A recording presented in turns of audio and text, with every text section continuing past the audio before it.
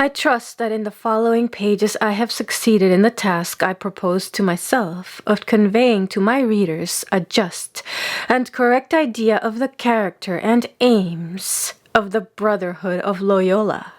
At least I have spared no pains to accomplish this end. I honestly believe that the book was wanted, for liberal institutions and civil and religious freedom have no greater enemies than that cunning fraternity.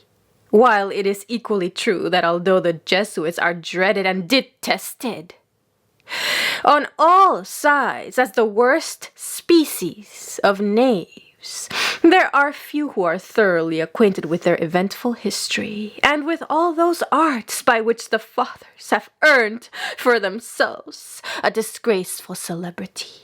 The fault does not altogether lie with the public. No. The fault does not lie. No. The fault does not altogether lie with the public, for, strange to say, there is no serious and complete history of this wonderful society. I have done my best to supply the deficiency, and I indulge the hope that, if the book is fortunate enough to challenge public attention, it may be productive of some good. In no other epoch of history, certainly, have the Jesuits been more dangerous and threatening for England than in the present. I am no alarmist. I refuse to believe that England will relapse under the papal yoke and return to the darkness and ignorance of the Middle Ages, because some score of citizens pass over the Romish communion. But at the same time, I do believe that many bold and less reflective persons make too light of the matter, and are wrong in refusing to countenance vigorous measures, not for religious persecution, but to check the insolence and countermine the plots of these audacious monks. It is true that there exists a great difficulty in deciding what measures are to be adopted for accomplishing this end. It is repugnant, doubtless, to a liberal and generous mind, and it is unworthy of a free and great nation to persecute any sect and to make different costs in the same body of citizens. But it may fairly be asked, are monks, and especially Jesuits, really English citizens in the strictest sense of the word? Do they recognize Queen Victoria? Do they recognize Queen Victoria as their legitimate sovereign? Are they prepared to yield a royal obedience to the laws of the land? To all these questions I answer no. Even when born in England, they do not consider themselves Englishmen. They claim the privileges which the name confers, but will not accept the obligations it imposes. Their country is Rome, their sovereign the Pope, their laws the commands of their general. England they consider an accursed land, Englishmen heretics whom they are under an obligation to combat. The perusal of this work will, I imagine, prove beyond the possibility of contradiction that, from their origin, the Jesuits have constantly and energetically labored towards this object. I cannot too much impress upon the minds of my readers that the Jesuits, by their very calling, by the very essence of their institution, are bound to seek by every means, right or wrong, the destruction of Protestantism. This is the condition of their existence, the duty they must fulfill, or cease to be Jesuits. Accordingly, we find them in this evil dilemma. Either the Jesuits fulfill the duties of their calling or not. In the first instance, they must be considered as the bitterest enemies of the Protestant faith. In the second, as bad and unworthy priests. And in both cases, therefore, to be equally regarded with aversion and distrust. Can no measure then be taken against these aliens who reside in England purposely to trouble her peace? Cannot a nation do something to protect itself without incurring the reproach of being intolerant? What? When some English writers and newspapers insist that measures should be taken against certain other foreigners who trouble not the peace of Great Britain, though they may disturb the imperial dreams of a neighboring tyrant, and when the local authorities in Jersey have, to a certain extent, resorted to such measures, shall England be denied the right to take steps against the enemies of her faith, her glory, and her prosperity?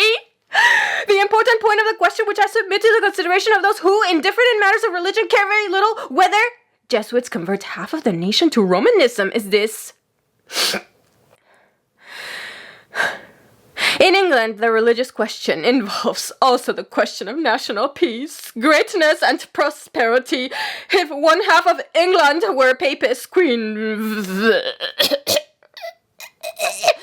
Victoria in given circumstances, could not depend upon the allegiance of her subjects, nor the Parliament on the execution of the laws. It may be that the priests, to be liberal in my hypothesis, will teach the ignorant, will teach the ignorant, will teach the ignorant, will teach the ignorant, will teach the ignorant, and bigoted popish population to respect and obey the Queen. But most assuredly they will also command them, and moreover, under penalty of eternal damnation, to obey in preference the orders of the Pope, if they are in contradiction to those of the sovereign.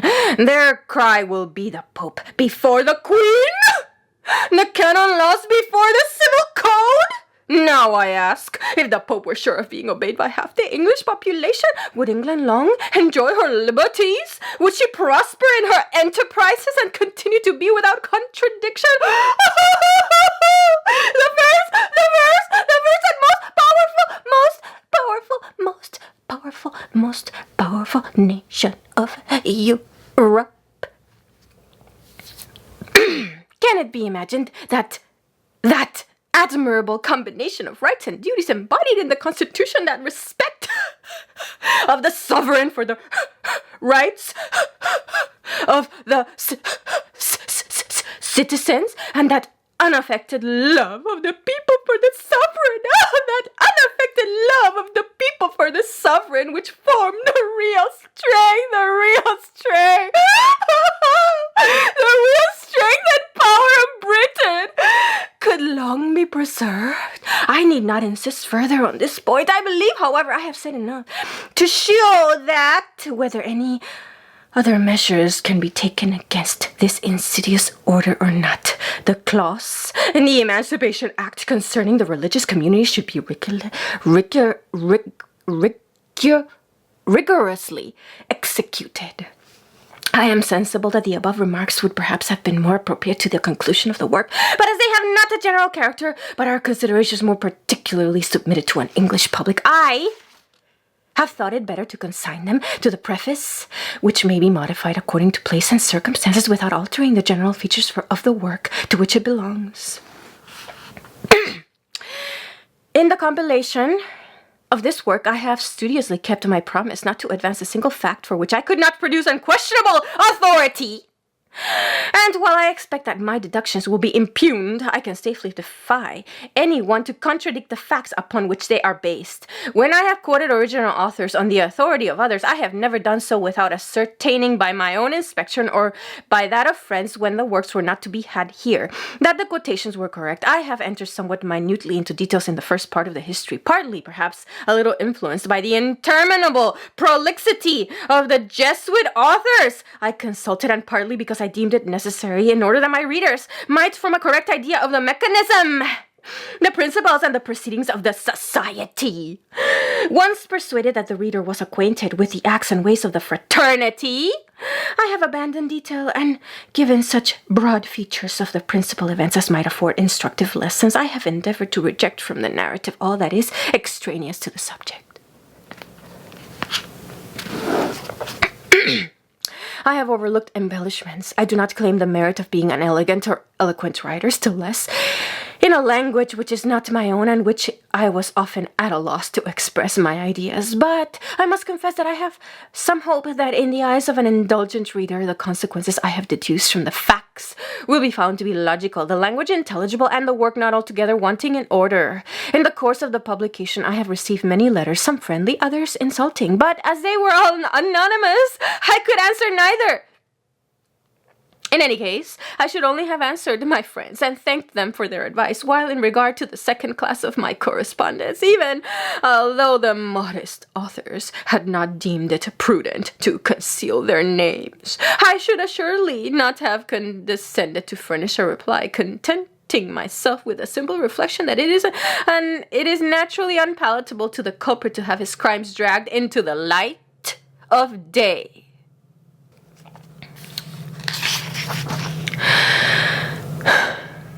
I cannot conclude this preface without expressing my warmest gratitude to the librarians of the different public establishments in Edinburgh, and especially to the librarian of the Advocates' Library and his assistants, for the liberal manner in which they have put at my disposal the books contained in their collections. Finally, as I am sensible from a conviction of my own insufficiency, that the work cannot be productive to me of either renown or consideration, my chief hope is that it may prove useful and beneficial to some portion at least of the English community. Otherwise I should indeed have caused immensely to regret my pains.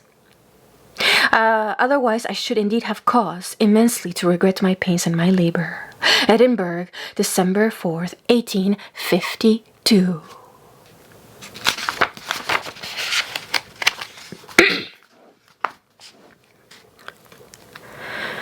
When I first intimated to some of my friends my intention of writing the history of the Jesuits, most of them dissuaded me from the enterprise as from a task too difficult.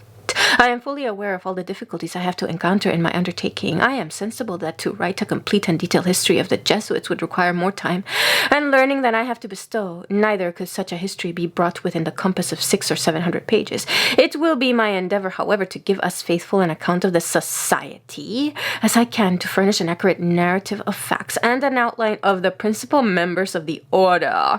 Thus much, at least, with the aid of time, patience, and study, may be achieved by anyone. I confess, too, that I am encouraged by a sense of the intrinsic interest of the subject itself, which may well do much to cast a veil over my own imperfect treatment of it. For amidst the general wreck and decay of all human things, amidst the rise and fall of dynasties, nay, of empires themselves, and whole nations of men, the inquiry may indeed give us pause. Wherein lay the seats of that vitality in the original constitution of the Jesuits, which has served during 3 centuries to maintain the ranks of the society under many shocks still unbroken? A sufficient answer to this inquiry will, I trust, be developed during the course of my narrative. The main difficulty of my subject, as will be readily understood, lies in discovering and delineating the true character of the Jesuits. For take the Jesuit for what he ought or appears to be, and you commit the greatest of blunders. For take the Jesuit for what he ought or appears to be, and you commit the greatest of blunders. 4. Take the Jesuit for what he ought or appears to be, and you commit the greatest of blunders. Draw the character after what the Jesuit seems to be in London, and you will not recognize your portrait in the Jesuit of Rome. The Jesuit is a man of circumstances, despotic in Spain, constitutional in England, republican in Paraguay, bigot in Rome, idolater in India. He shall assume and act out his own person with admirable flexibility. All those different features by which men are usually to be distinguished from each other. He will accompany the gay woman of the world to the theater, and will share in the excesses of the debauchee.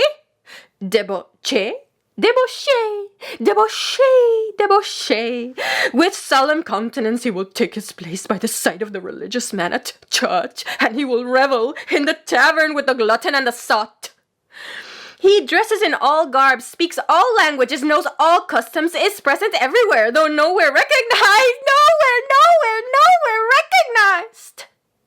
And all this, it should seem, monstrous blasphemy, for the greater glory of God. Ad majorem Dei gloriam!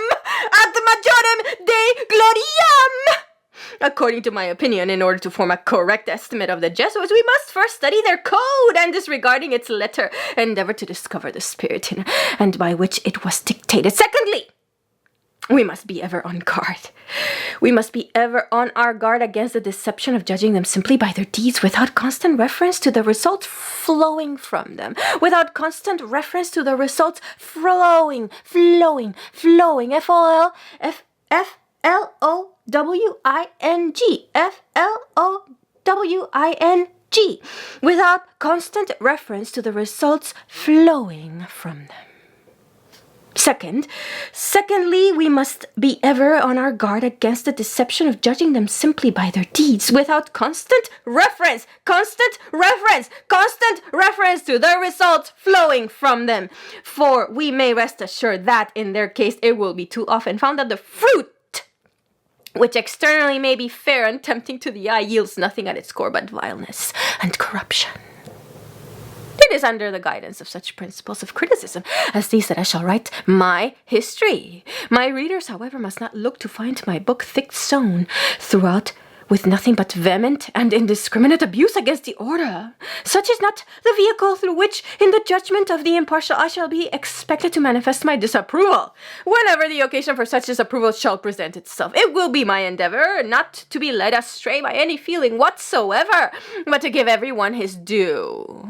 Whatever I shall advance against the Jesuits, I shall prove upon their own authority or by notorious, incontestable facts. Alas, these will prove to be too numerous and of too dark a character to require the addition of anything that is untrue. And the society numbers among its members too many rogues to prevent its historian, if indeed one so unjust could be found, from making creditable mention, for poor humanity's sake, of the few honest if misguided ones he may chance to meet on his way. I hope my readers will be indulgent to me if I promise that I will spare neither trouble nor exertion to surmount all the difficulties that lie in my path, and to present in as true a light as possible the crafty disciples of the Brotherhood of Loyola.